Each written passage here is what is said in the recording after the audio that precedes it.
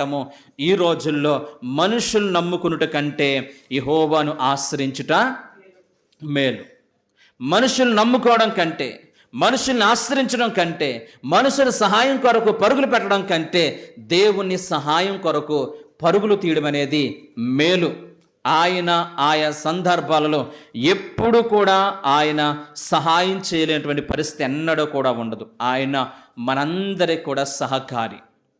యెషయా భక్తుడు అంటాడు కదండి, 41వ అధ్యాయం 10వ వచనంలో, నేను నీకు తోడై ఉన్నాను, భయపడకు, దిగులు పట్టు, నిన్ను బలపరుస్తాను, నీకు సహాయం చేయవాడును నేనే నీకు సహాయం చేస్తాను, నేనే నీకు సహాయం చేస్తాను.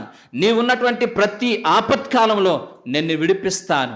మనుషులు నిన్ను విడిచిపెట్టిన ఆపత్కాలంలో, స్నేహితులు నీకు దూరమైపోయిన ఆపత్కాలంలో నేను మాత్రము నీకు తోడుగా ఉండి నేను నీకు సహాయం చేస్తాను. ఇంత గొప్ప దేవుని యొక్క వాగ్దానాన్ని